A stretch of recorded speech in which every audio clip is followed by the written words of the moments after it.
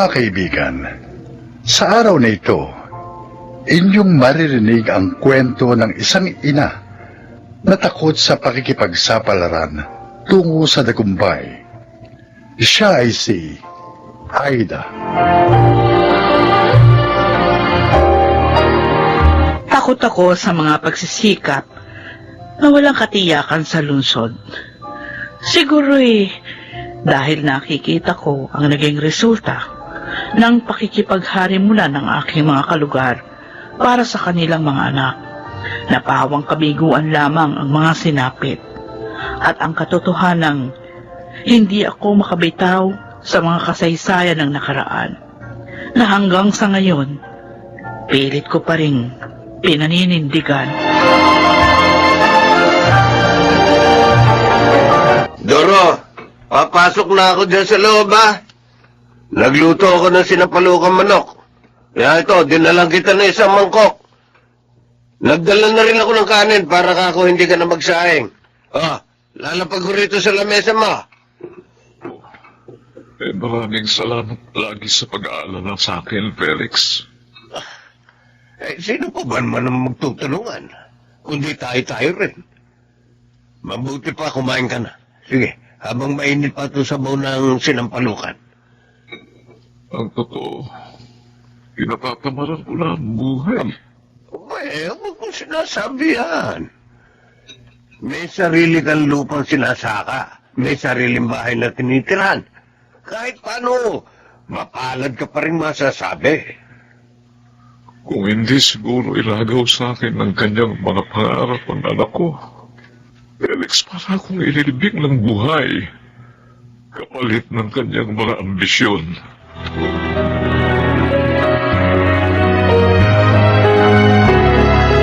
Elen, ang sabi ko'y mamitas ka na ng mga kalamansi ibebenta natin sa bayan. Bakit hindi ka pa kumikilos dyan? Sandali lang po, Nay. Inaayos ko lang po itong mga requirement ko na kakailanganin ko para sa pag-a-apply sa kolehiyo sa Maynila. Ano ka mo? Anong sinabi mo? Luluwas po kasi kami bukas ni Levi, papuntang Maynila. Mag-a-apply po kasi kami sa isang kolehiyo doon, kung saan naroroon yung mga kursong gusto namin. Software engineering po kasi ang gusto kong kunin, Nay. Hindi ba sinabi ko sa iyo sa trade school sa bayan ka mag-aaral ng vocational? Po? Narinig mo ako, ha, Milen? Sa trade school ka magpapa-enroll sa pasukan.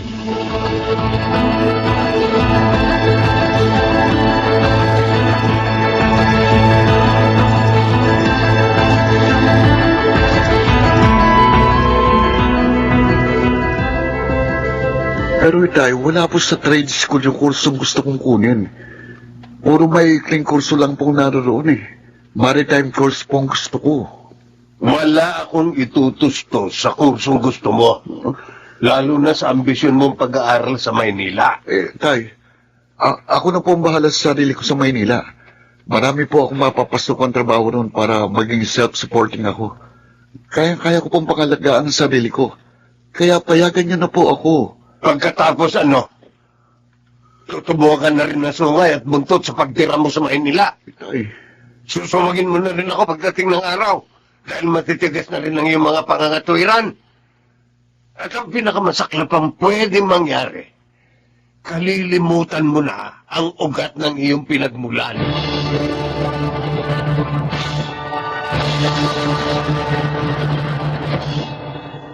Ang gusto ni Inay, kumuha na lang ako sa trade school ng short course sa pagtatanim at pagpapalago ng mga prutas at gulay. Yan din ang ipinipilit sa akin, Itay. Maikling kurso rin sa agricultural crops production. Ang lagi nilang sinasabi, para rin daw sa magandang kinabukasan natin. Kapag napagyaman natin ang mga lupang minana pa nila sa kanilang magulang. Kung talagang gusto nilang magkaroon tayo ng magandang kinabukasan, bakit hinahadlangan nila ang mga pangarap natin? Bakit ayaw nila tayo makapag-aral ayon sa mga gusto nating makamit sa ating mga buhay? Ako, tuwing dadaan talaga tayo rito, Gloria. Nalulumo ako kapag nakikita ko ang bahay ni Doro. Pinangangatawan na nga kasi niya yung kalungkutan. Tignan mo, oh. Ang dilim sa loob ng kubo niya. mano man lang magsindi, kahit isang kandila, para naman lumiwanag siya doon sa loob. Ewan ko ba naman sa taong yan? Pati ka mo yung bukid niya. Inayaan na niya nakatiwangwang. Puro damon ligaw na nang huli ko makita. Ay, sayang na sayang yung lupa. Kung tinamnan niya yon, o di sana kasabay natin siyang aani ngayon. Ay, nawala na nga kasi siya ng gana sa buhay. Buhat nung magpunta sa Maynila yung anak niya para raw mag-aral. Kung bakit naman kasi yung bata na yon mula nung umalis, abay, hindi na nasilip ang ama. May iniwan ng cellphone number. Hindi naman makontak ni Kuya Felix. Ay, sus, talagang ganun. Palaging nagbabago ang buhay. Gayon din yung mga tao sa paligid. Pero hindi naman yung dahilan para mawalan siya ng pag-asa. Sinasayang din yung mga panahon niya. Maraming bagay pa po pwede niyang gawin, lalo na para sa sarili niya.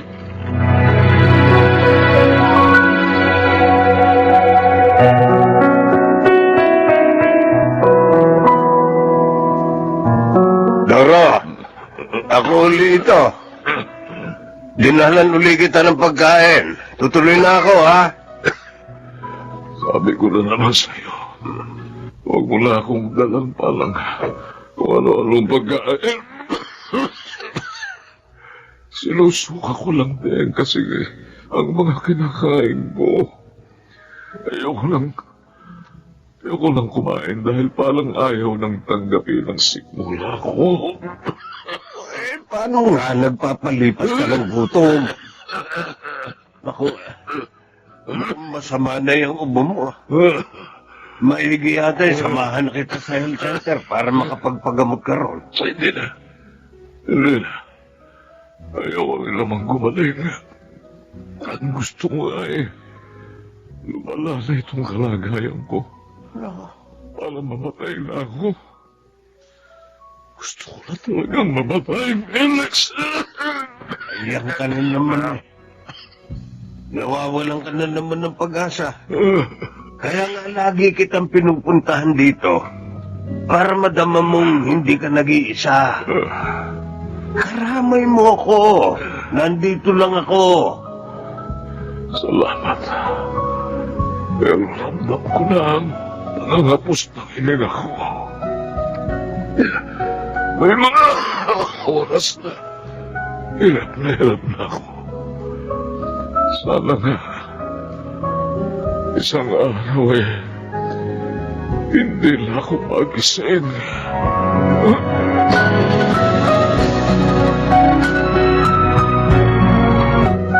Akin na sabi yung mga papel na yan, Milen. Ibigay mo sa aking lahat.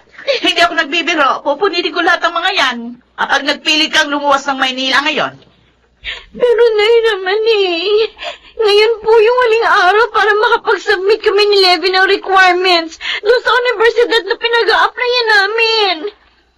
Kung hindi po kami makakalumas ngayon, sayang naman po yung magandang pagkakataon na yun. sasabihan ko si Kuya Felix, hindi kayo dapat makaalis ni Levy. Nay, alam ko naman po kung ano yung kinakatakot ninyo Yung mawalan kayo ng taga-tanim at taga-ani ng mga kalamansing, sabi nyo nga, pinagkukunan natin ng kabuhayan simulat sa pool. Pero Nay, gusto ko po maging isang software engineer. Gusto ko po maranasan ang pag-unlad ng teknolohiya, ang pag-unlad ng mundo. Ako ang pakinggan mo, Milen. Ay. Dito sa lupang ito na kinatatayuan mo, nandito ang mga pangarap ko para sa iyo. Kaya huwag mong alisin sa akin ang pag-asang yun.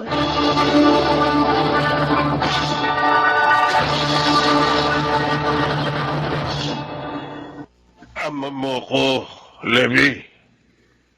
Maaaring hindi mo naunawaan ang mga mararamdaman ko kapag umalis ka. Dahil mas matimbang sa iyo mga pangarap mo. Itay, kasama ko po kayo sa mga pangarap ko. Kahit kailan, hindi po ako nagplano para sa sarili ko lang. Hindi ko po pwedeng baliwalayin ang inyong mga paghihirap sa pagpapalaki sa akin. Pero, paano kung nahuwili ka na rin sa buhay lungsod? At hindi ka na bumalik din Matutulad din ako kay Doro na naiwang nag-iisa sa kanyang kubo. nagkasakit at namatay na lang sa kanyang higaan. Napakasakit isipin yun, Levy.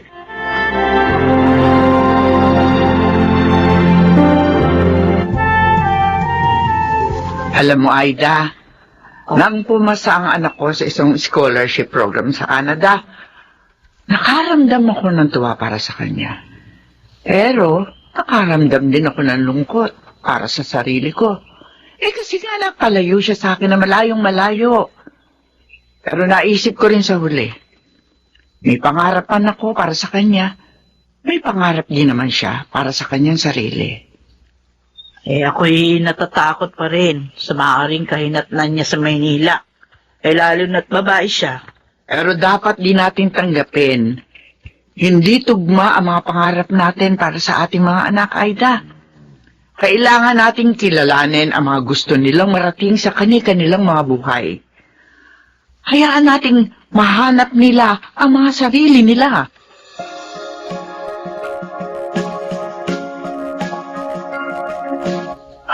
Siguro nga, dapat na akong bumitiw sa nakagisnan ko sa aming mga magulang.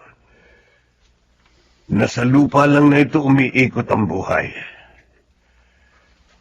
Nalimutan kung maaaring dito man magsimula ang iyong mga pangarap. Pero maaaring hindi naman dito magtapos. Tay, pinapayagan niyo na po akong lumuwas ng Maynila. Oh,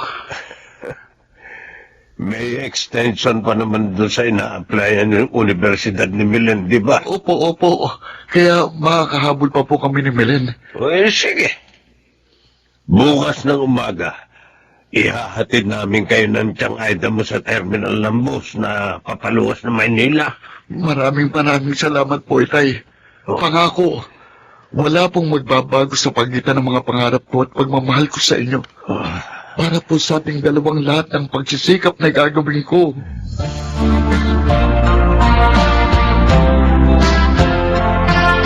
Ang ina niyo. Hindi na matapos-tapos ang mga luha.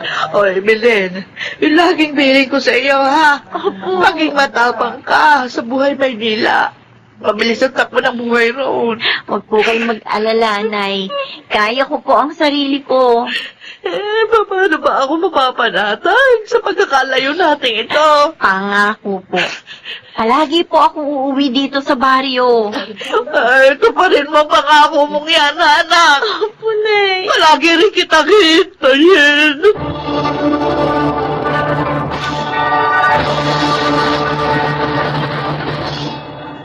Sino nga ba ang hindi sumusubok sa buhay na walang katiyakan?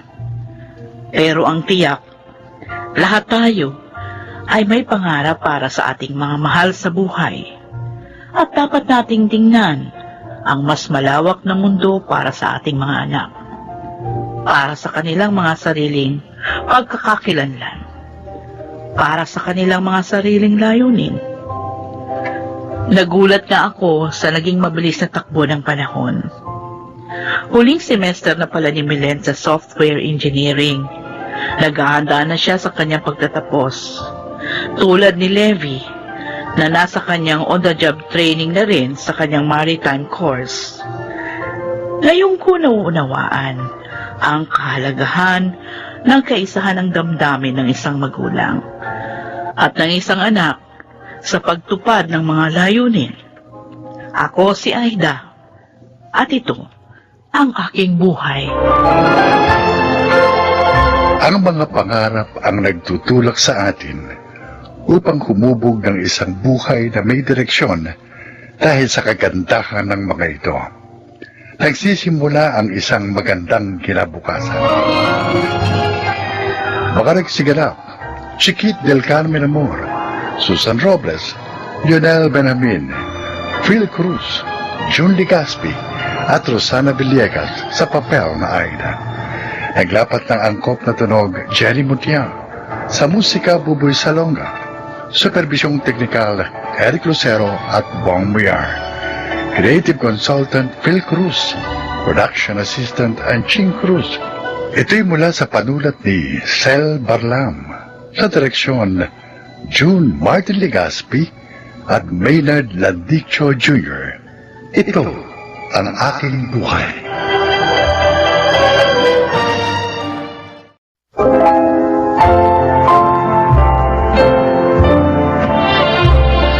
Magandang araw po mga giliw naming tagapakinig. Marinig natin ang kasaysayan ng isang dalaga na matagal nang nawalan ng pagpapahalaga sa sarili dahil sa uri ng pagtrato sa kanya ng kanyang kasintahan. Siya ay si Doris. Sabi ko noon sa sarili ko, ang una kong boyfriend ay siya na ring huli. Kaya nung magkaroon ako ng karelasyon, sinikap kong magtagal kami hanggang sa ikasal. Pero hindi pa man kami nagiging mag-asawa, nakita ko na kung anong klaseng tao siya. Hindi ba sabi ko sa'yo, tanggalin mo man dyan itong damit ko! Inubat na ba ang braso ko? Masakit! Ano ba? Inutil ka eh! Wala kang silbi! Ginawa ko ng lahat pero hindi talaga naaalis yung mantsa! Eh, ano ba gusto mo gawin ko? Kung hindi ka kasi tanga, hindi ito mamamantsahan! Bagong bili ko ito eh! Papalitan ko na lang! Mas mabuti siguro ikaw ang palitan ko! Ano? Hubert naman, wag! Sawang-sawa na ako sa relasyon na to. Wala ka namang pakinabang eh! Wag, Hubert, wag. Nagmamakaawa ako. Huwag mo ko'y iwan. Gagawin ko lahat. Pangako, bibilang kita ng bagong puno. Yung kagaya niyan mismo. Huwag mo lang akong iwan. Siguruhin mo lang ha? Ha? Namumuro ka na sa akin! Oo, Hubert. Huwag mo lang akong iwan. Sabi ko naman sa'yo, hindi ba? Hindi ko kayang mabuhay nang wala ka. Hindi ko kaya.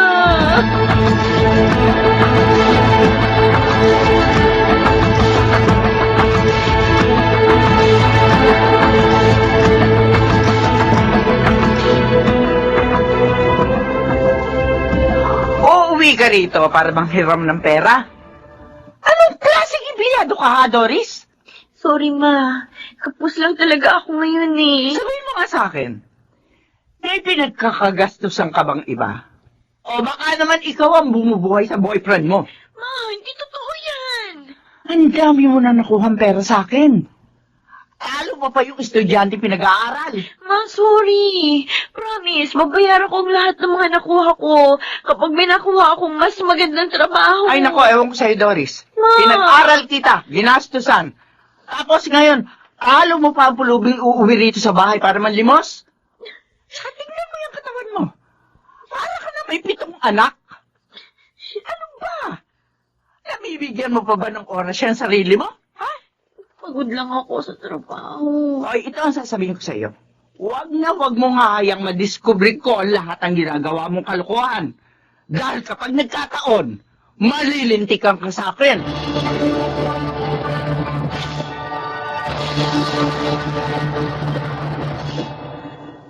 Happy anniversary, mahal. Ayos ah! Pasensya ka na. Ito lang ang kinaya ko.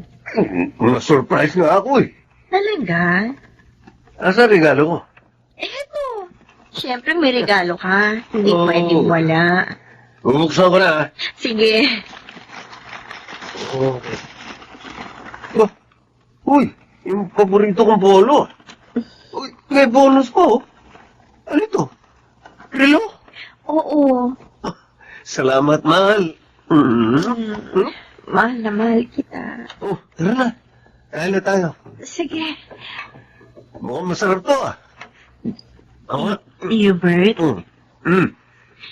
7 taon na tayo magkasintahan. Mm. Hindi ba tayo magpapakasal?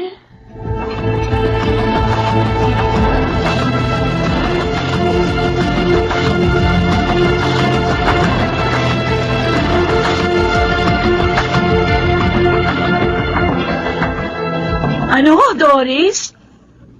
Ayaw ka pa rin pakasalan ni Hubert? Ay, bakit ba? Ano ba plano niya sa'yo? 7 taon na kayong mag-boyfriend, pagkatapos 5 taon na kayo nag-live-in.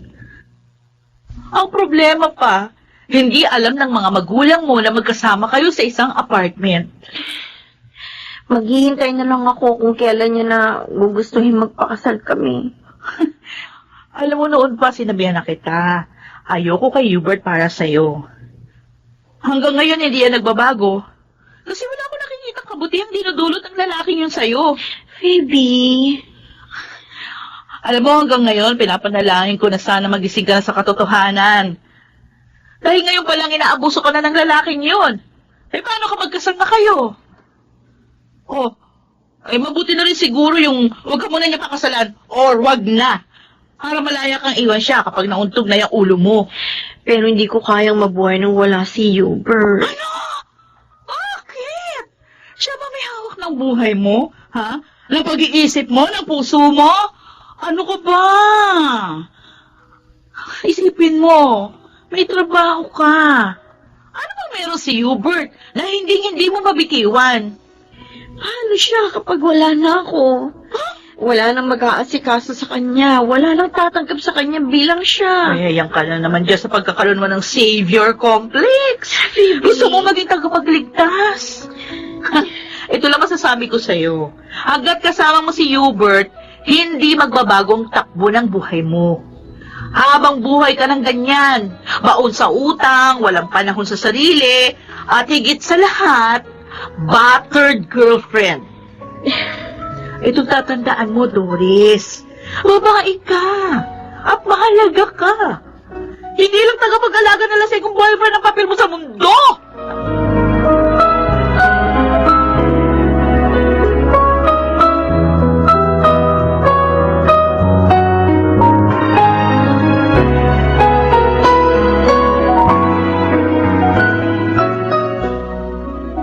Bigyan mo nga ang pera.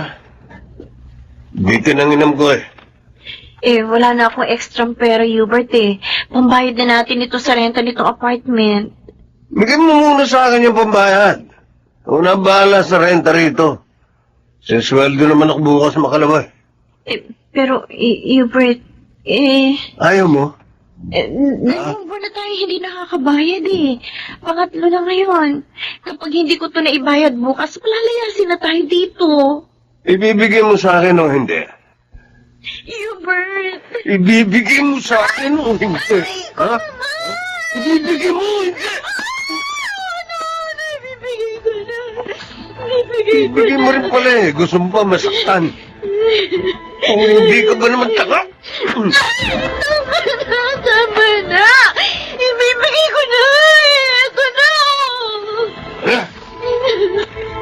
Pagluto mo ako ng nilagang baka. Pagdating ko mamaya, gusto kong makahigop ako ng mainit na sabaw. Ha? Pero pag... Gawin mo, sinabi ko. Kung hindi, dalawang mata mo ang pamamagain ko sa suntok. Naku, buisit! Paano ako makakapagluto ng nilaga? Wala na akong pera!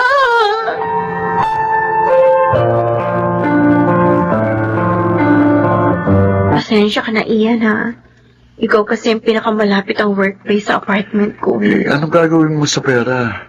Saka, bakit may pasaka na naman? Wala to. Sinaktan ka naman ba ni Hubert? Salamat dito sa pera. Ibabalik ko na lang kaagad ito. Doris, Ian, huwag mo na sana itong sabihin kay Phoebe. alam mo bang palaging nag-aalala sa'yo si Phoebe? Pasensya na kayo, ha? Kung gusto mo ng tulong, may angkal akong pulis. Pwede kitang tulungan sa sitwasyon mo. Salamat sa pag-aalala sa akin, Ian. Aalis na ako.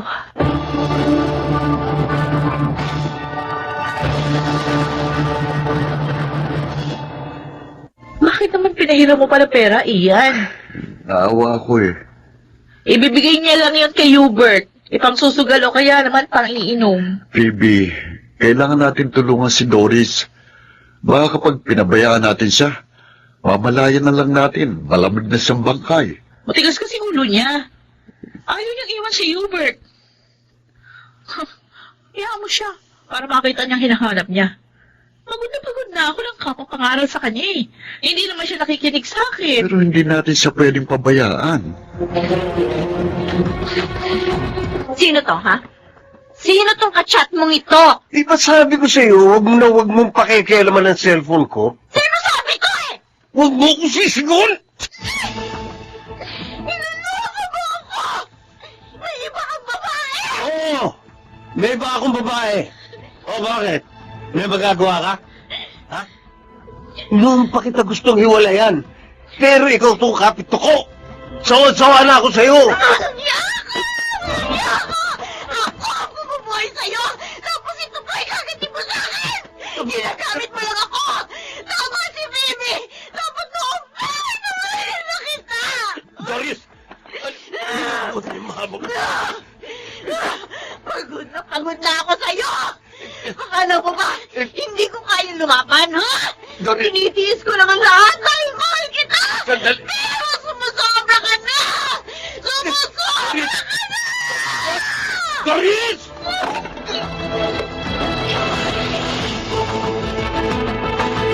Tubig. Tubig. Oo. Painumin mo siya ng tubig. Ito na. Oh, Doris, uminom ka muna ng tubig. Pinaayos na ni Uncle ang reklamo mo laban kay Hubert. Huwag kang mag-alala, Doris. Doris? Ay, ano, Uncle? Oh, Ian. Hayaan ka muna naming makapagpahinga ngayon, ha? Ian. Phoebe, Oh, baka pwedeng samahan niyo muna siya sa ospital, ha? Opo, Uncle. opo, Angel. Para matingnan naman yung mga pasa niya, ha? Opo. At tuloy doon na siya makapagpahinga ng tuluyan, ha? Mhm. Nasa kustodiya na namin ang boyfriend mo, Doris. Huwag ka mag-alala. Magiging maayos din ang lahat, ha? Salamat po, Uncle.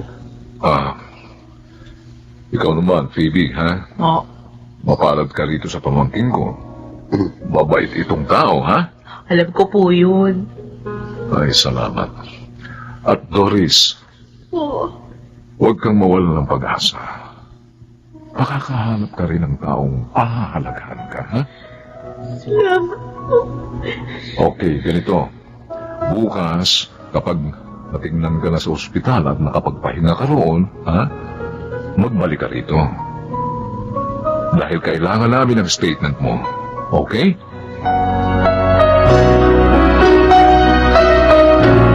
Ay, sa wakas. Nakalaya ka na sa isang nakakasakal na relasyon. Phoebe, ano na ako ngayon? Kaya ko bang magsimulang muli? Oo naman. Nakaya mo nga buhatin yung mabigat na upo ang yun para ipagtanggol yung sarili mo kay Hubert eh. Mabuti kang babae. Matapang. Maganda. At may kakayahan ka, Doris. Yan ang ilagay mo sa isip mo. Hindi ka karapat dapat tratuhin na parang basura. Salamat sa iyo, Phoebe. Salamat sa inyo. Kahit kailan, hindi kayo sumuko sa akin. Dahil kaibigan ka namin. At higit sa lahat, mahalaga ka sa amin.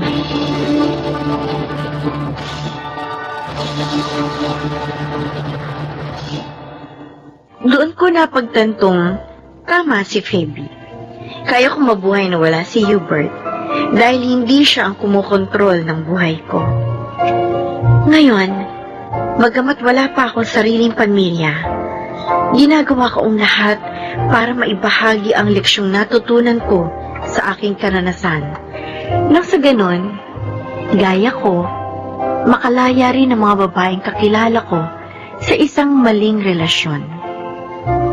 Ako po si Doris, at ito ang aking buhay. Ang babae at lalaki ay ginawa ng Panginoon na magkaagapay sa lahat ng bagay. Kung kaya hindi maaaring tratuhin ng sino mang lalaki ang isang babae na mas mababa sa kanya. Mga nagsiganap, Rosana Villegas, Susan Robles, Jodel Benabin, Phil Cruz, June Legaspi at Chiquit del Carmen Amor sa papel na Doris. Naglapat ng angkop na tunog Jerry Mutia. Sa musika Buboy Salonga. Supervisyong teknikal Eric Lucero at Bong Villar. Creative Consultant Phil Cruz. Production Assistant Ching Cruz. Ito'y mula sa panulat ni Rita Labanon. Sa direksyon June Martin Legaspi at Maynard Landicho Jr. Ito ang aking buhay.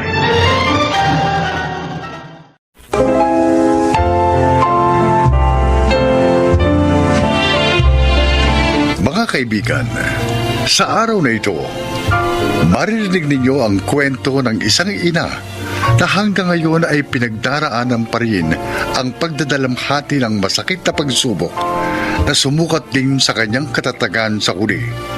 Siya ay si Lydia. Karnal na magkakaibigan ang mga magulang namin ni Hernan. Kaya naging produkto kami ng isang arranged marriage.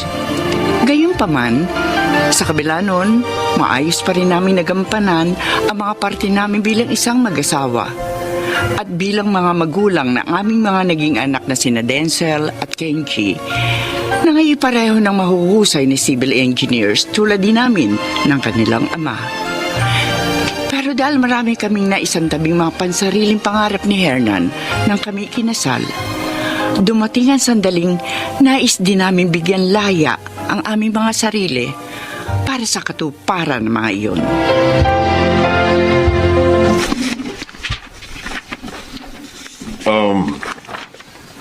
Pwede ba kitang maabala sa pagre-review mo sa mga plano ng susunod niyong proyekto, Lydia? Oo naman, Hernan. Ang totoo, pinapasadahan ko lang ulit yung mga papeles na pinapacheck sa akin ng kumpanya. Teka. Bakit ba may pakiramdam ako mahalaga ang sasabihin mo?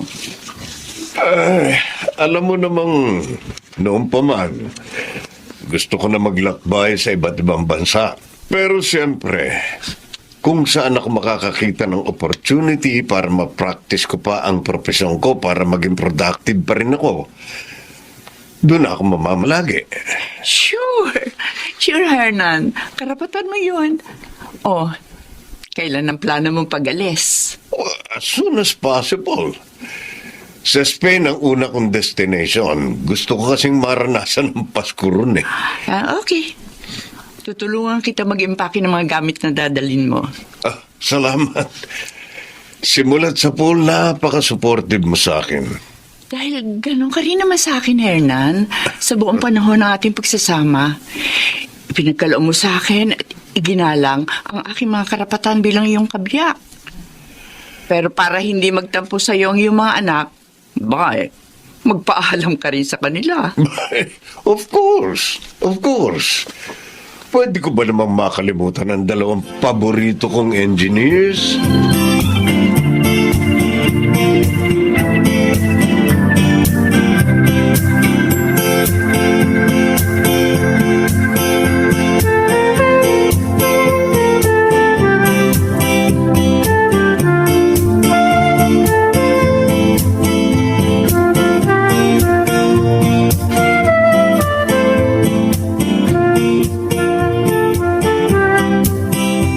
Maganda nga kasi ang naging pagsusunuran nilang mag-asawa simulat sa Paul.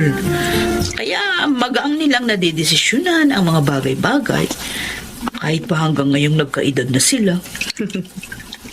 Yung katapatan ni Hernan kay Lydia, yun ang isa sa hinahangaan ko. Isipin mo arranged marriage sila. Pero ni minsan, hindi nakaisip ng babae si Hernan. At hindi ko rin sila naringgan ng issue tungkol sa pera. At kahit kailan, wala silang sinasabi tungkol sa isa't isa, kundi magagandang bagay lang. O di ba nga? Madalas sabihin ng iba, walang perpektong pagsasama. Pero tingnan mo napakaganda ng koneksyon ni Hernan at Lydia sa isa't isa.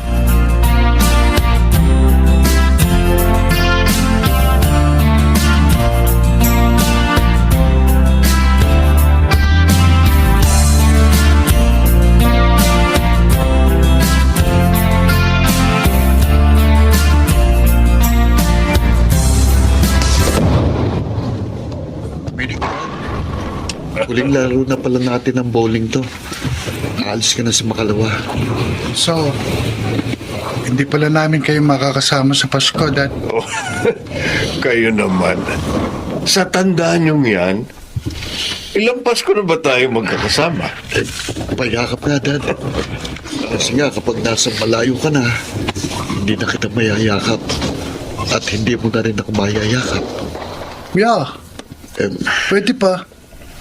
Wala namang mga ganyang salita. Para ka namamaalam na eh.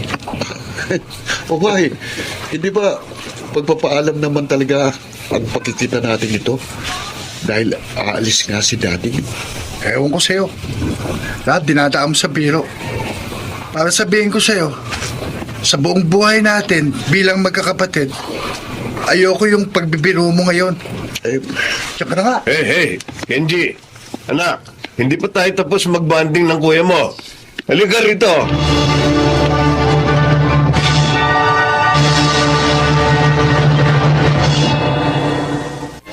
Ma'am? Ma'am, ano nangyari kay kuya? Bakit itinakbo siya dito sa ospital? Wala na, kuya mo. Wala na, Kenji is dead. What? Paano nangyari yun? Ang lakas-lakas ni kuya eh. Wala naman siya sakit. Bakit? Naglihim siya sa atin. Matagal na siya may tumor sa utak. Abnormal ang paglaki ng mga selula sa loob ng kanyang utak. Nagpapagamot siya ng hindi natin alam. Ang masakit. Nakatanda pala siyang operahan next month. Pero hindi na siya umabot sa kanyang operasyon. Pero paano yun naalaman ng lahat ng ito? Yung doktor, na-in-charge sa kanya ngayon. Iya pala ang neurologist ng kuya mo. Nasa likod niyang isunin ang sakit ng kuya mo. Ganito. Diyos ko. Sabihin mo hindi totoong lahat ng ito, ma'am. Sabihin mo hindi totoo.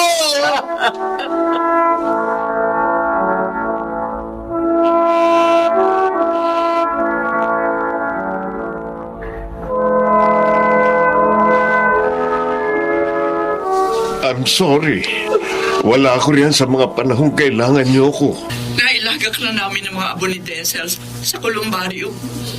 Pero ang iniisip ko naman ngayon, si Kenji. Oh, what about Kenji?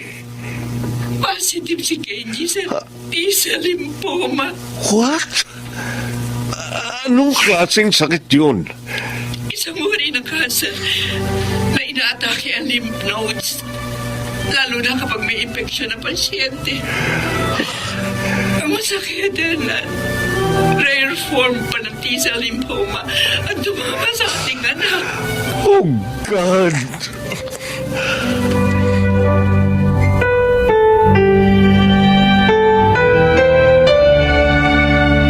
Saan daw nakukuha ang ganong sakit, Lydia?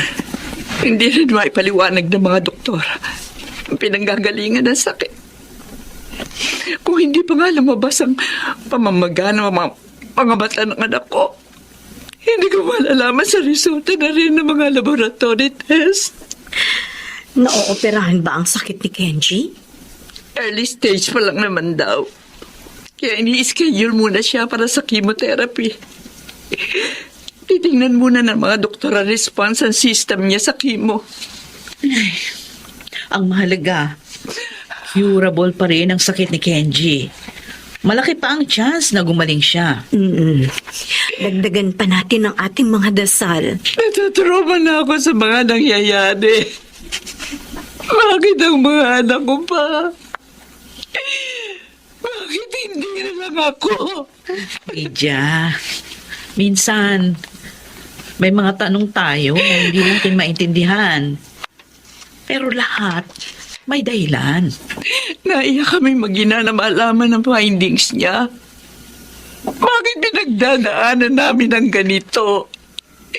Samantalang wala namang kaming ginagawa, kundi puro kabutihan.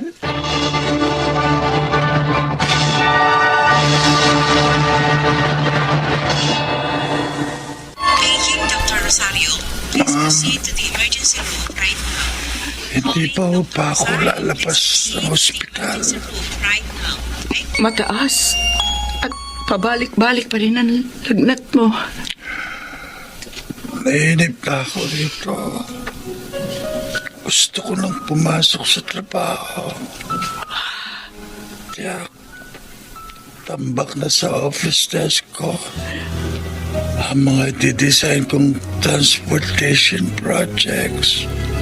May mga laboratory test pa tayo nahihintayin ng mga resulta. Ano sasabihin ng doktor? Kailangan natin sumunod. Ma'am, mamamatay din ba ako? Kaya ni Kuya. Huwag. Huwag mo sabihin yan. Magkaiba kayo ng sakit ng kuya mo. Gagaling ka pa. Basta lahat ng medication, susundin natin. Lahat ng posibleng paraan. Hihilingin natin sa mga doktor.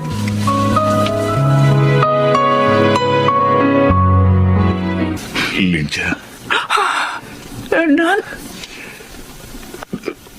nagulo ang isip ko nang malaman kong kalagayan ni Kenji.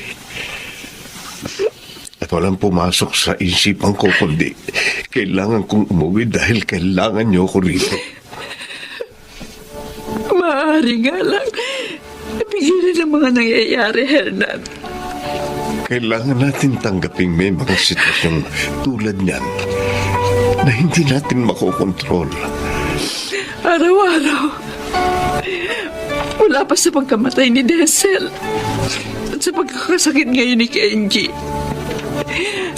Nakatuon ako sa mga bagay na may magagawa pa tayo.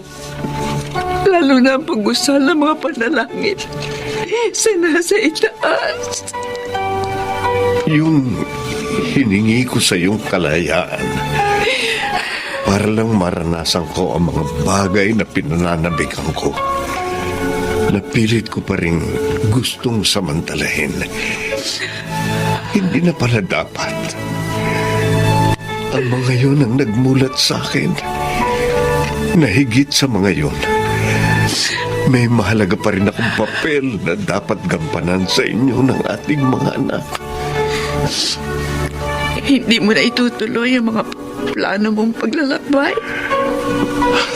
Kayo ang pinakamahalagang biyayang meron ako sa aking buhay, Lydia.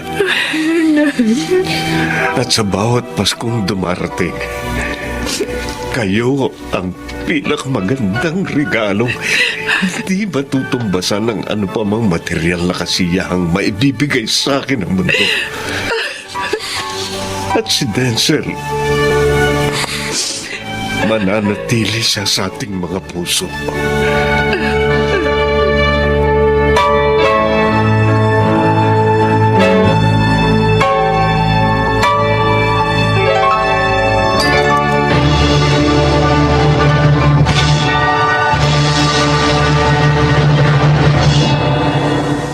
Masakit mawala ng anak. Lalo pat nakasama mo na ito na matagal sa loob ng maraming taon. Pero ano nga ba magagawa natin sa mga sitwasyong hindi naman natin makokontrol? Sabi nga, may dahilan ng lahat. Tulad din ng magandang dahilan na ipinagkaloob pa rin ng may kapal upang makapiling pa rin namin si Kenji na hanggang sa ngayon ay nagpapatuloy pa rin sa kanyang chemotherapy. At sa mga pagitan namin ni Hernan, ang katapatan pa rin sa isa't isa ang palagi at palaging nagbubuklod sa aming mga puso. Ako po si Lydia. At ito po ang aking buhay. Napakahalaga ng pagtanaw ng tao sa pag-asa dahil ito ang magdidikta sa kanyang mga pagkilos. At kung bakit sa kabila ng madilim na kasalukuyan ay naniniwala pa rin tayong magkakaroon ng liwanag ang hinaharap sa bawat yugto ng ating mga buhay. Mga nagsiganap, Rosana Villegas, Chiquit del Carmen Amor, Jonel Benjamin, Phil Cruz, Bobby Cruz, at Susan Robles sa papel na Lydia. Naglapat ng angkop na tunog Jenny Mutia, sa musika Boboy Salonga. Supervisyong teknikal Bong Muyar at Eric Lucero. Creative Consultant Phil Cruz. Production Assistant Anchin Cruz. Ito'y mula sa panulat ni Sel Barlam. Sa direksyon Salvador M. Royales. Ito ang aking buhay.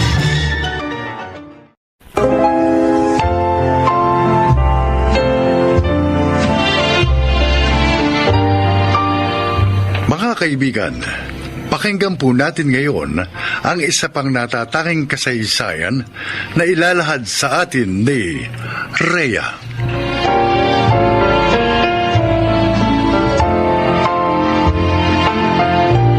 Sa kasalukuyan, masasabi kong masaya ang aking buhay dahil maayos ang aking pamilya.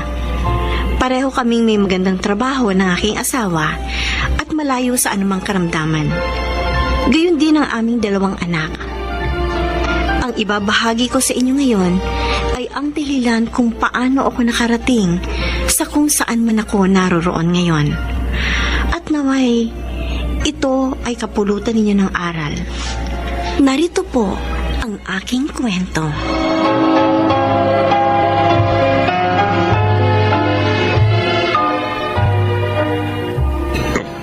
Ay, nasaan na yung mga anak mo? Gabi na, wala pa rin. Nasa computer shop si Paolo. May ginagawang project. Baka mamaya pa yun matapos. May research kasi tinatapos yung si Kuya Paolo, Tay. Tapos si Ate Rhea naman, may... Nay! Oh, Tay! ayan na pala si Ate Rhea. Nay! Tay, Mayet! Dean's lister na naman ako! Ako talaga? Salamat sa Diyos! Ang galing-galing mo talaga, Ate. Ibig sabihin, 100% ang scholarship ko sa susunod na school year, Nay! Naku, hindi na sayang ang lahat ng pagsusunog ko ng kilay gabi-gabi. Salamat sa Diyos. 2 semester na lang. Makakagraduate ka na sa kolehiyo. Oo, Nay. At kapag nakapagtapos na ako at nakakuha ako ng trabaho, hindi na kayo maglalako ng isda. Si tatay hindi na rin magbibilad sa palayan araw-araw para lang may panggastos tayo, hindi ba, Tay? Kumain ka na ba? Kumain ka na muna. Masama nalilipasan ng guto. Opo, Tay. Magbibihis po muna ako.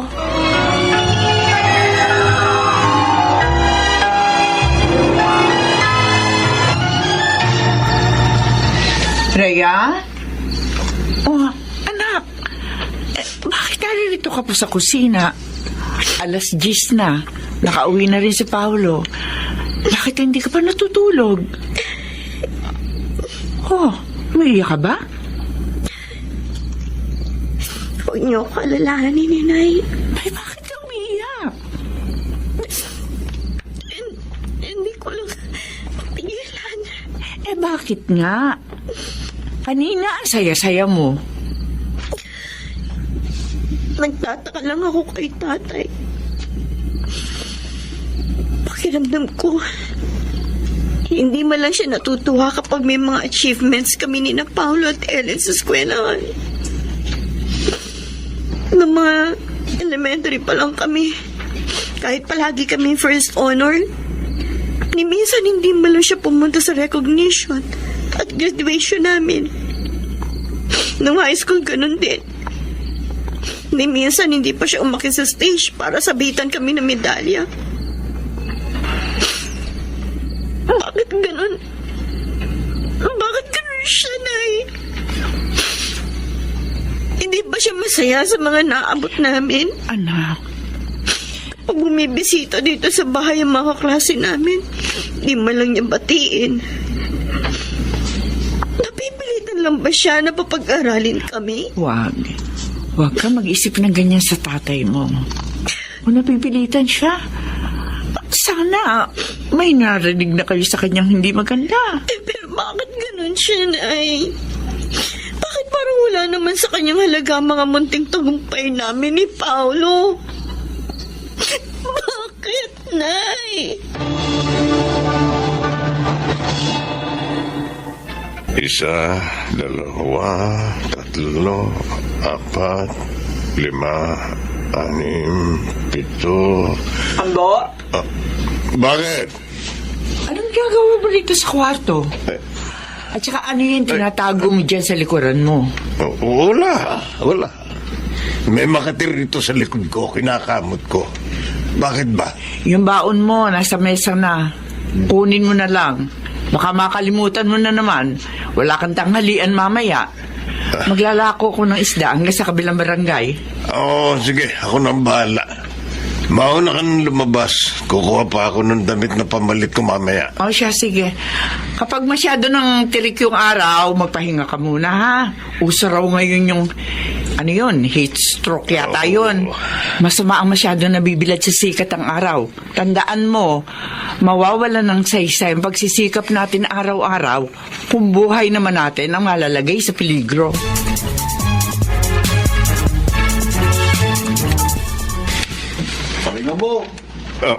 Sila paring munding ito. Mga kaibigan niya, nagiinuman na naman. Pare, lapit ko muna rito. Mainit na nga ang panahon. Nagpapainit pa kayo. Ito kasi si Baldo. Nanalo sa sabong.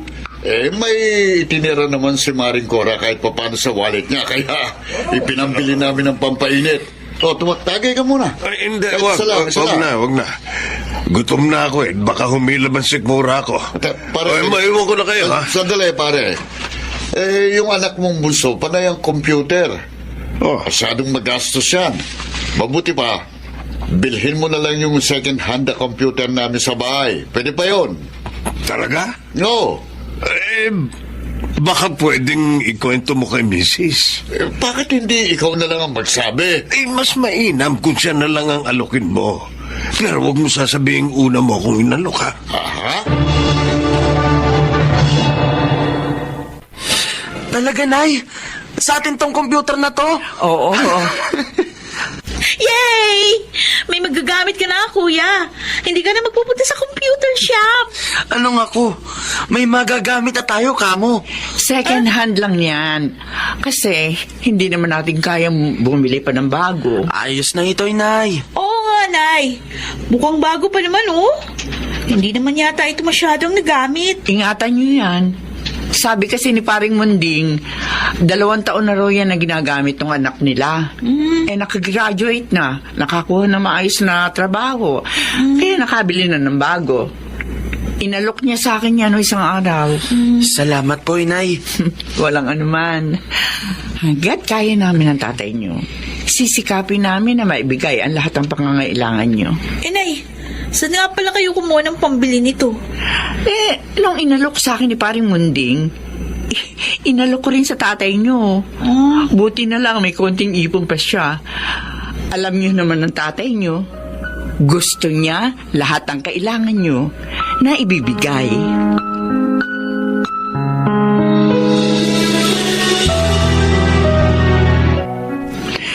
Ambo, may paparating na bagyo. Paano yung palay natin? Ipagagapas na natin na mas maaga kahit hindi pa gaanong hinog. Pag natuloy ang bagyo, tiyak na babahain yung palaya natin. Mabuti pa nga. Tay! Bakit? Bakit ba? Ano nangyari? Nagsisigaw ka dyan. Kumlaude ako! Oh! Totoo? Ay, kumlaude ako! Diyos ko, maraming salamat po. Nagbunga lahat ang mga sakripisyo mo. Ay, salamat naman po. Ambo, cum laude anak natin. Mabuti naman. Maiwan ko muna kayo't maghahanap ako ng makakatulong sa paggapas ng palay. Nay, si tatay, mukhang hindi na naman masaya. Ano ka ba? Hindi ka na nasanay sa tatay mo. Hindi lang kasi marunong ang tatay niyo magpakita ng totoo niyang nararamdaman.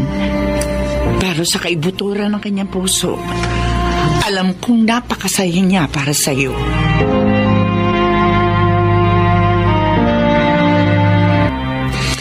Congrats, ate. Gagraduate ka na. At cum laude pa. Salamat.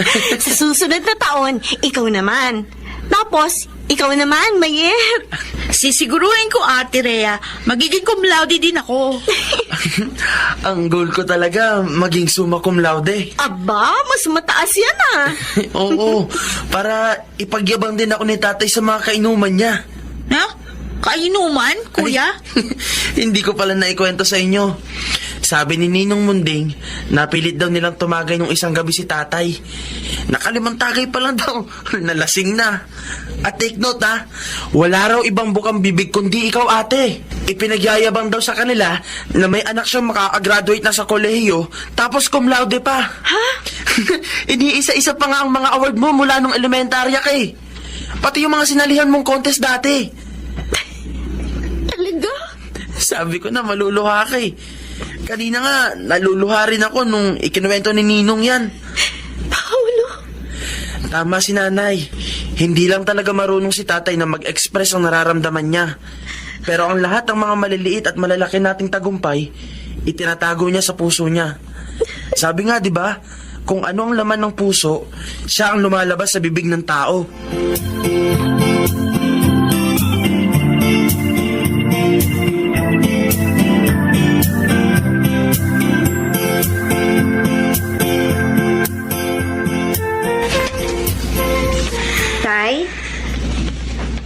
Tay, paalis na po ako. Iiwan ko na lang po itong polo ninyo. Polo? Opo. Binili ko po yan galing sa konting ipon ko. Suotin po ninyo bukas sa graduation. Gusto ko po na kayo ang sumama sa akin bukas. Naku ang nanay mo na lang. Hindi naman ako bagay sa mga ganyang seremonya. Hindi nga ako marunong magsuot ng sapatos. At nakakahiya. Ang dumi ng mga kamay ko. Puro pakalyo. Baka kung kailangan doon na makipagkamay sa mga tao, nakakahiya. Ang amoy ko, amoy kalabaw.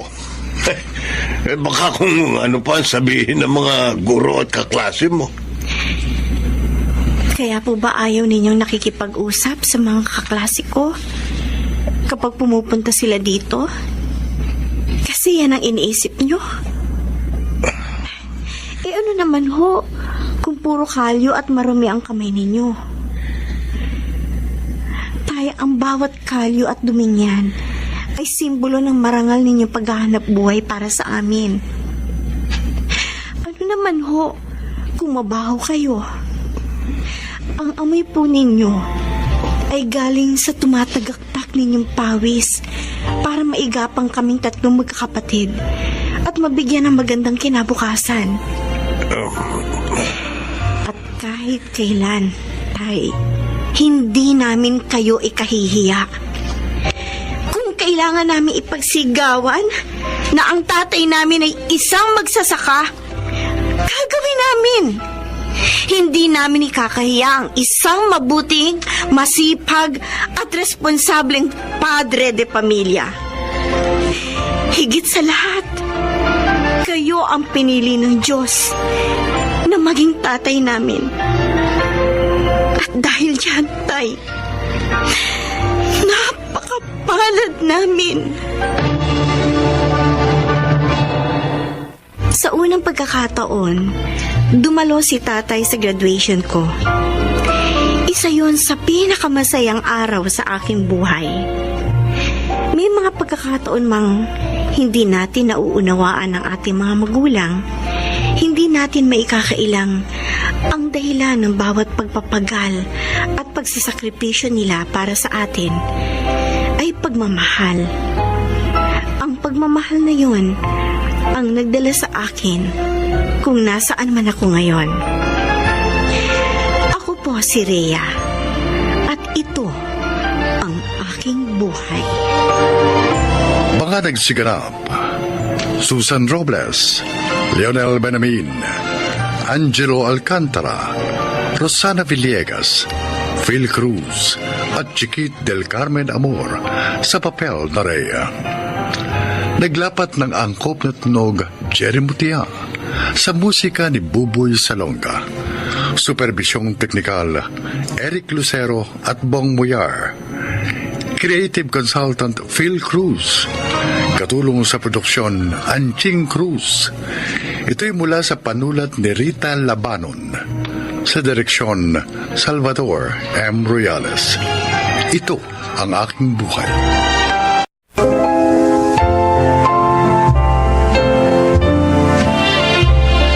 Mga kaibigan, isa na naman pong kwento ang inyong maririnig at kapupulutan nyo ng aral sa buhay. At ito ay ang kasaysayan ni Clara.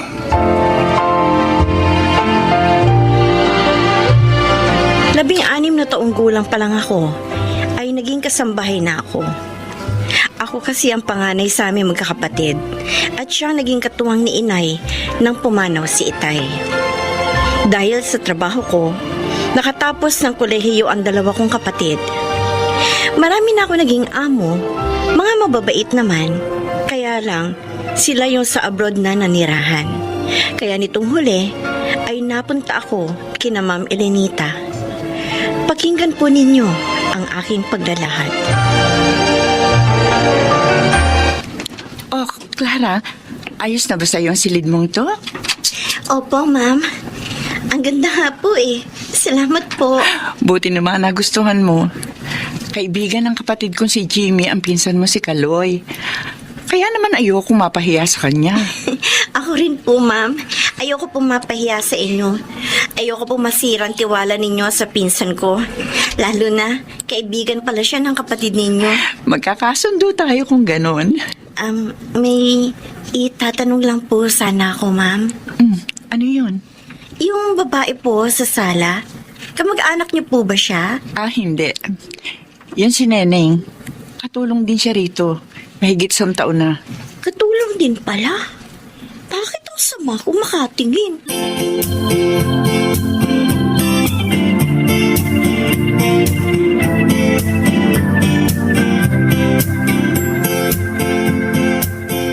Clara, pagkatapos mo maglaba at magplancha, magluto ka ha? Bakit, Neneng? Di ba paglilinis ng bahay at pagluluto ang toka mo rito? Ay, buisit na to. Nagtatanong pa. Ano? Para naman matikman namin yung luto mo. Malay mo, sumama ang pakiramdam ko o di alam ko nang may magluluto para kina Sir at Ma'am. O, sige. At saka Clara, Ha? dapat kung anong iutos ko sa'yo ha, dapat sumunod ka na lang. Huwag ka na maraming tanong. Kasi, mas matagal na ako dito sa'yo.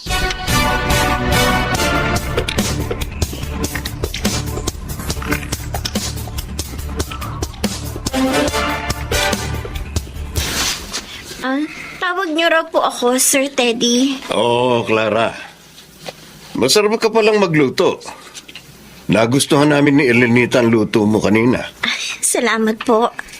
Gusto ko sana, sa'yo na rin ipagawa ang pagluluto mula ngayon. Ho? Oh, ba't nagulat ka? Hindi naman mahirap yun, di ba? Madali lang naman yun. Mas mahirap pa rin ang maglinis itong bahay dahil malaki ito. Kaya ikaw na lang ang magluto para naman gumaan ang trabaho ni Neneng. Opo, sir. Saka, kapag may iniutos si Neneng sa'yo, sundin mo. Nagkakaintindihan ba tayo?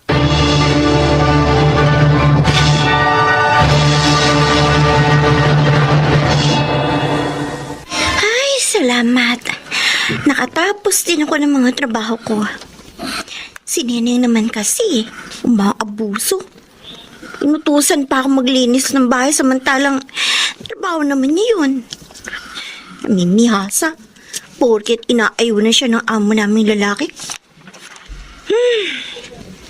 Mukhang siya magiging problema ko rito ah. Si Ma'am Elenita naman mabait eh. Pahinga na nga lang sa kwarto ko. Baka makita pa ako dito ni Neneng. Utusan na naman ako. Aba, ano itong natatanong ko sa bintana? Si Neneng? At si Sir Teddy? Naghahalikan sa garden? Oh, Diyos ko. May relasyon sila. Kaya pala pala. Kaya pala ang lakas ng loob ni Neneng na tratuhin ako ng hindi maganda dahil may relasyon sila ni Sir Teddy. Uy, kawawa naman si Ma'am Elenita. May kapansanan na nga. Niloloko pa nila.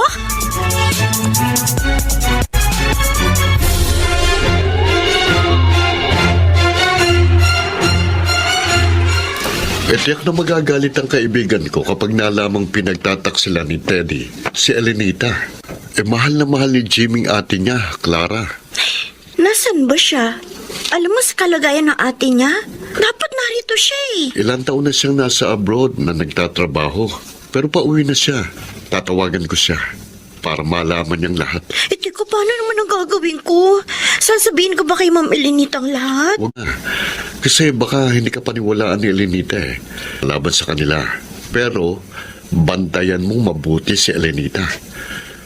Para kung makaisip sila ng masama laban sa kanya, matulungan natin siya.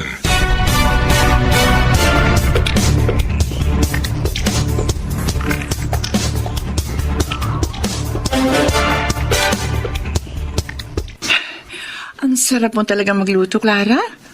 Ay, ang dami ko nakain. Mabuti naman po, ma'am. At nagugustuhan ninyo yung mga luto ko. Ang totoo niyan, mas masarap ka magluto kay Neneng. Mas masipag ka pa. Eh siya kasi tamad. Alam niyo po yun, ma'am. Oo. Alam ko rin na madalas niya ipagawa sa iyo yung mga trabaho niya. Tagal ko na nga siyang gustong paalisin eh. Naghihintay lang ako ng tamang pagkakataon.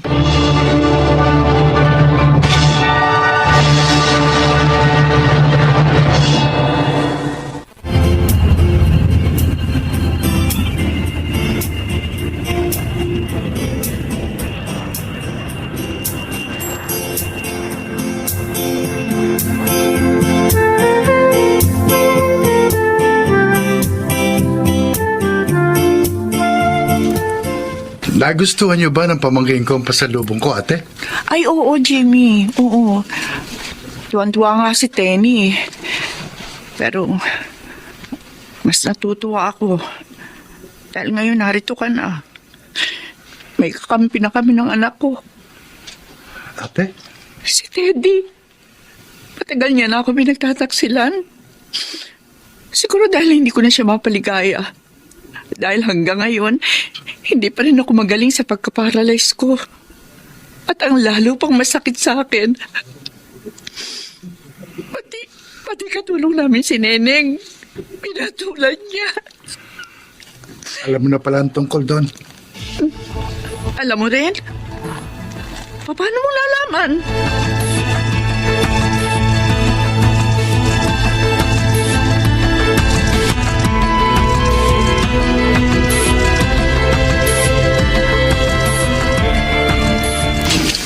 Elenita, ano ibig sabihin nito?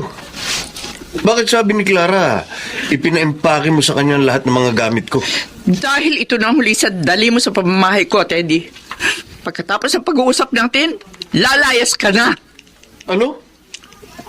Ako? Pinalalayas mo? Wala akong alam na kasalanan ko sa'yo. Taksil ka! Maraming beses mo ako niloko. Pero nagpasensya ako dahil gusto ko manatiling buo ang ating pamilya. Kaso hindi ka naman nagbago. Pati si Neneng, pinatulan mo. Hindi totoo yan. Narito sa cellphone ko. Nariyan ang lahat ng larawan nyo. Kaya hindi ka na makapagsisinungaling. Napakasama mo, Teddy. Ah, Nagawa mo pa ito sa panahong higit kang kailangan ng kapatid ko. Elenita, patawarin mo ako. Natukso lang ako. Dahil na rin sa pagkukulang mo sa akin. Gago! Kahit ano pa sabihin mo, wala ka na sa katwiran. Sinayang mo ang pagmamahal ko sa'yo. Lumayas ka na. Isama mo na yung katulong na kabit mo. Hindi na kita kailangan.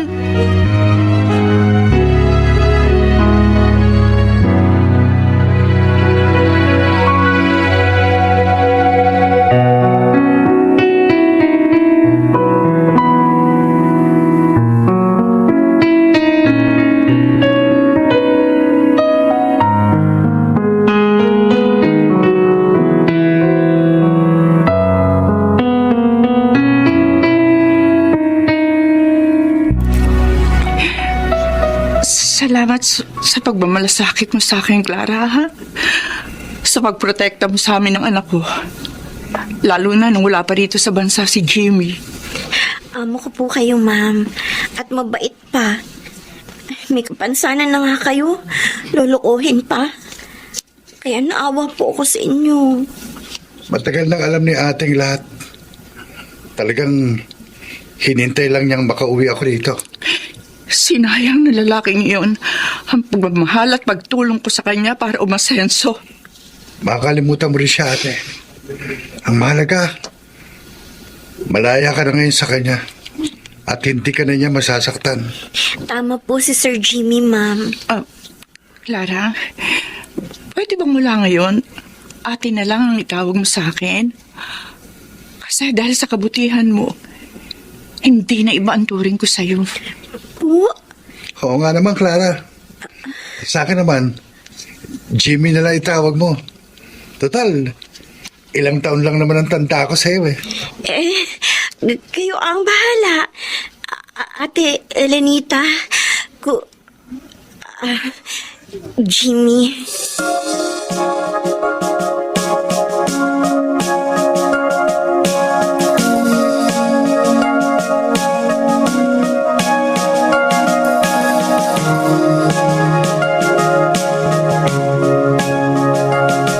Jimmy, mukhang may tama ka sa pinsan ko ah. Uy, kanoy naman. Bakit mo itinatanong kung may nobyo na siya? Kung sakali bang ligawan ko siya, Oh, tututol ka? nakita mo na? Di umamin ka rin. Bakit naman ako tututol? Jimmy, kaibigan kita. Alam kong hindi mapapahamak sa yung pinsan ko. Kung gusto mo, ilalakad pa kita sa kanya eh. Kahit naman hindi mo gawin yun, handa akong patunayan kay Clara na tapat ang hangarin ko sa kanya. Pero siyempre, mas matutuwa ako kung tutulungan mo ako.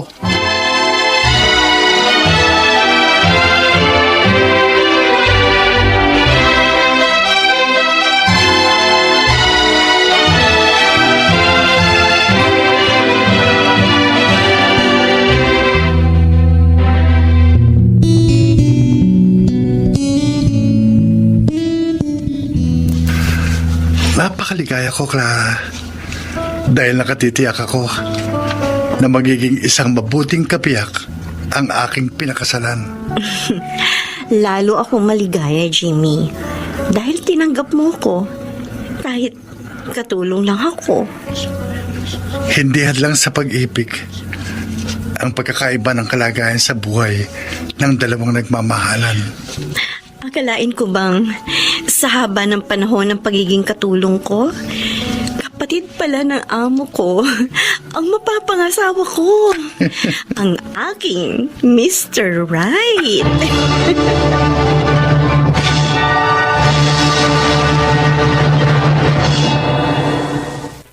Isa na ang anak namin ni Jimmy. Sina Ate Elenita naman, kasama pa rin namin. Nakakalakad na siya. Sana po ay inyong naibigan at kinapulutan ng aral ang aking kasaysayan. Ako po, si Clara, at ito ang aking buhay.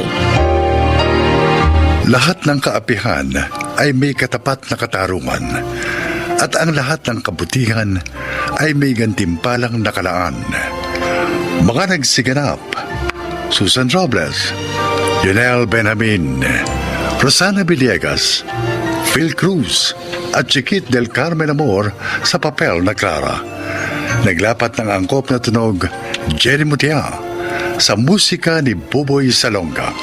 Supervisyong teknikal Eric Lucero at Bong Muyar. Creative Consultant Phil Cruz. Production Assistant Anching Cruz. Ito'y mula sa panulat ni Telma Corporal Alcantara. Sa direksyon Salvador M. Royales. Ito ang aking buhay.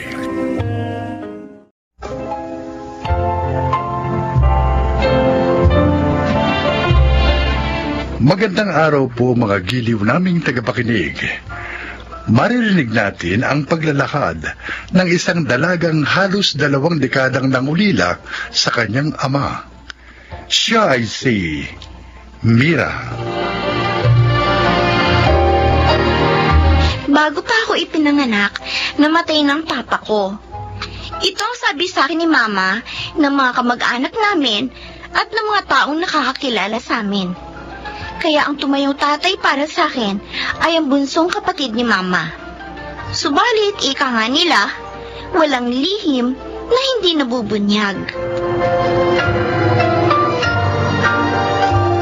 Lilipat ka ng trabaho. Ang tagal-tagal mo na dyan sa kumpanyang yan. Tsaka maayos naman dyan ang sweldo, di ba? Mas mataas yung offer sa akin dito sa lilipatan ko, ate. Pero bago pa lang yan. Baka naman mamaya, mabankrupt agad yan, lalo ka mawalan ng trabaho.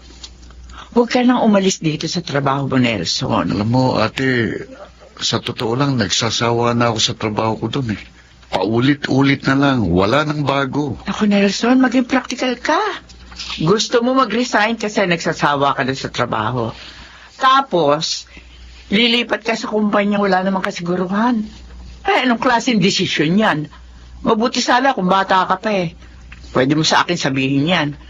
Sa edad mong yan, abay mahirap na makahanap ng trabaho. Paano kung biglang nagsara yan, lilipatan mo? Di nga ka. Ay, Uncle Nelson! uy, Bakit abot tenga na naman yung ngiti mo, Mira? First honor ako! napakagaling talaga ng Mira ko. Thank you, Uncle! Kailan ang recognition nyo? Next week, Ma! Uncle, ha? Oh, Sabi mo, kapag honor student ako, ibibili mo ako ng bike. ay walang problema, kahit motor pa. Anong motor? Sa bisikleta nga, ninenervous na ako kapag sumasama yan sa iyo sa malayo. Motor pa kaya? Joke lang, ate. Pero kailan mo ako ibibili, Uncle? Pagkababa mo ng pagkababa sa stage, ibibigay ko na sa yung bago mong bike. Yes!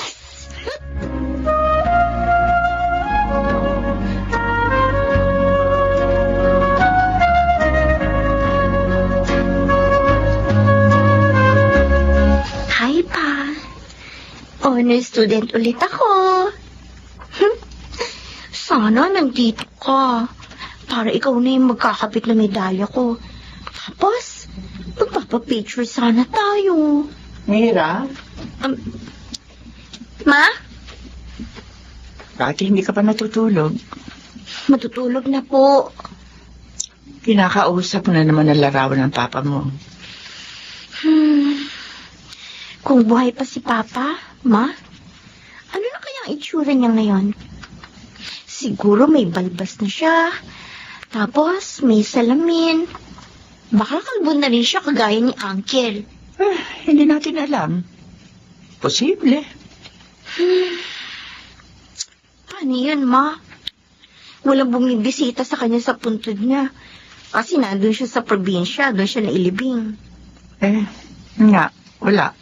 Siguro napakalungkot ni Papa. Sige na, matulog ka na. Sige po, Ma. Good night, Ma. Mm. Good night, Papa.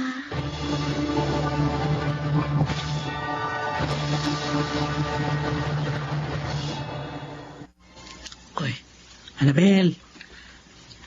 Kanina ka pa parang natutulala dyan. Bakit ba? Carmi, Ano? Bakit? naalala ko lang si Gaspar. Sus, napakatagal na siyang wala. Naalala mo pa rin? Hindi ko rin maiwasang isipin minsan kung kumusta na ba siya, kung ano na ba ang tsura niya. Malamang matanda na rin yun. Wala ka na bang balita sa kanya? Wala na. Hindi na rin kumukontak sa akin yung kapatid niya eh. Baka patay na. Sa tingin mo?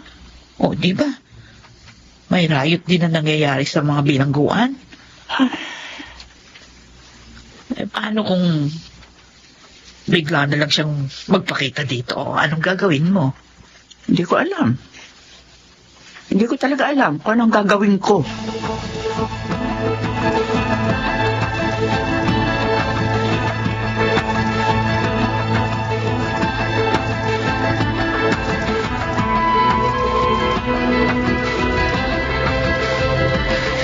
Ilang araw lang, lalaya ka na, Gaspar. Oo nga, Mantinoy. Siguro, kating-kating ang pa mong maglakad palabas dito sa selda. Sa totoo lang, Mantinoy, natatakot ako. Natatakot kang lumaya? Oo. Nauunawaan kita. Ganyan din siguro ang mararamdaman ko kung mabibigyan ako ng parol ngayong taon. Baka maramdaman ko rin yung nararamdaman mo. Sa tagal nating nakabilanggo, hindi na natin alam kung paano mabuhay ng malaya. Hindi ko alam kung may buhay pa ba akong babalikan paglabas ko rito. Uy, di ba't may pamilya ka? Hindi kami kasal ng kinakasama ko, Mantinoy. Pero may anak kayo. Meron. Uy, mali mo. Inihintay ka pa rin ng pamilya mo. Mula nang malipat tayo rito, sabi ko sa kinakasama ko, huwag na niya akong bisitahin. Kaya baka paglabas ko rito, mag-isa ko na lamang nahaharapin ang panibagong buhay.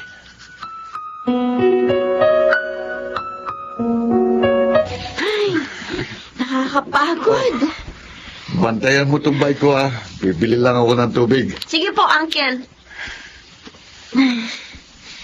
Pupunasan ko nga muna itong pawis ko. Init. Ineng, Ho? Bakit po? alam mo ba kung saan itong address na to? Patingin nga po. Eh.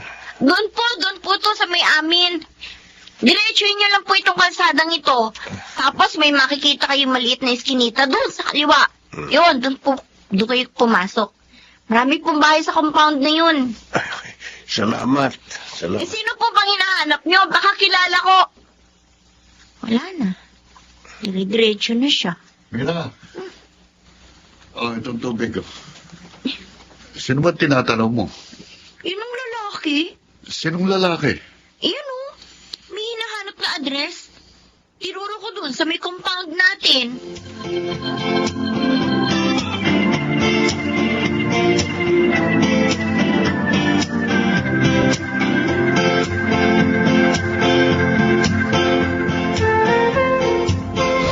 Ay, maraming salamat dito sa ulam, Carmi, ha? Kasi naisip ko, baka hindi ka na naman nagluto. Kasi linggo. Ay, oo, eh. Text ko sana si Nelson para bumili na lamang ng ulam. Ay, ganun ba? O, siya sige. Aalis na ako. Ay, nasan nga pala yung anak mo? Ay, ayun. Kasama ni Nelson, nagbibisikleta. Mabuti yan. Nang nakapag-ehersisyo. Oo nga, kaya lang, nag-aalala ko kapag masyadong lumalayo. Kasama naman si Nelson eh. Tiyak na hindi nun pababayaan si Mira. Para niya na rin anak si Mira. Sinabi mo pa. Kaya nga hindi na nag-asawa para daw maalagaan niya si Mira. Gusto niya lumaki yung anak ko na may tumatayong ama. Napakapalad mo sa kapatid mo na yun. Ay, siya, sige. Ako'y tutuloy na. Ay, sige. Salamat ulit sa ulam. Maliit na bagay. Ihahain ko na ito sa mesa na sa ganon. Pagdating ng dalawa, kakain na lang. Ay, may naiwan yata itong si Carmi. May naiwan ka baka... Annabel, Gaspar?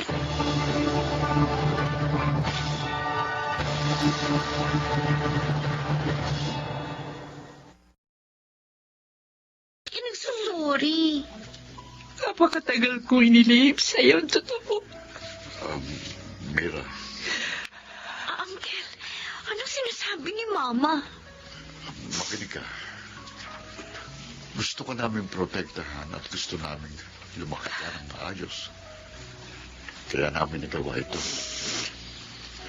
Ayaw namin na makatanggap ka ng pangungutya mula sa mga tao.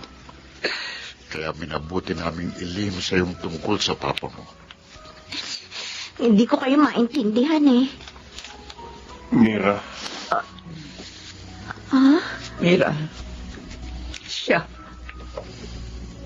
ang papa mo. Hindi ba Hindi. Buhay siya. Buhay siya, anak. Anak, Buhay. Buhay ka? oo. Buhay ako. Pwede ko bang hawakan ng pisngi mo? Oo. Oo, anak. Totoo nga. Hindi nga ito panaginip. Mira, anak. Maaari ba kitang yakapin? Papa! Naku.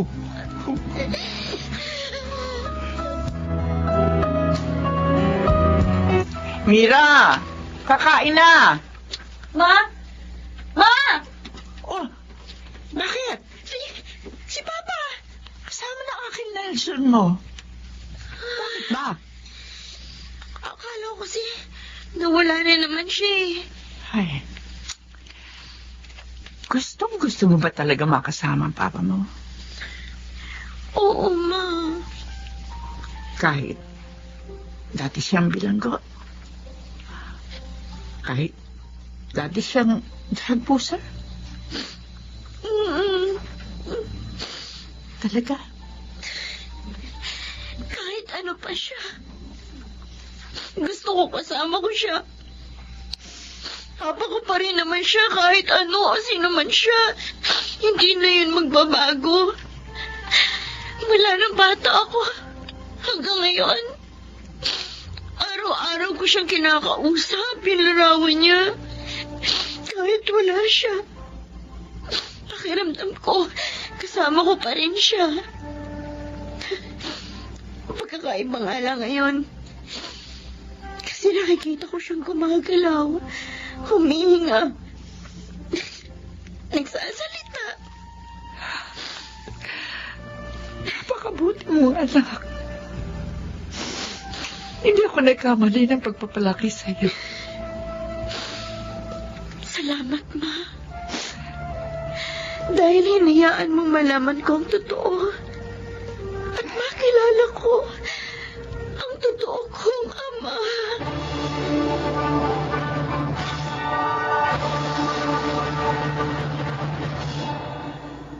Kung sa iba, masakit malaman ang katotohanan. Para sa akin, napakasayang malaman na buhay pa ang totoo kong ama. Nang panahong yun, pakiramdam ko, nahanap ko ang nawawalang bahagi ng aking pagkatao. Ako po si Mira, at ito ang aking buhay. Madalas, masakit tanggapin ang katotohanan. Ngunit, wika nga sa kasabihan, the truth will set you free. Mga nagsiganap, Lionel Benamin, Susan Robles, Maynard Landicho Jr., Phil Cruz, Rosana Villegas, at Chiquit del Carmen Amor sa papel na Mira. Naglapat ng angkop na tunog, Jerry Mutia, sa musika Buboy Salonga, supervisyong teknikal, Eric Lucero at Bong Muyar. Creative consultant, Phil Cruz. Production assistant, Anching Cruz. Ito'y mula sa panulat ni Rita Labaron. Sa direksyon, June Martin Ligaspi at Maynard Landicho Jr. Ito ang aking buhay.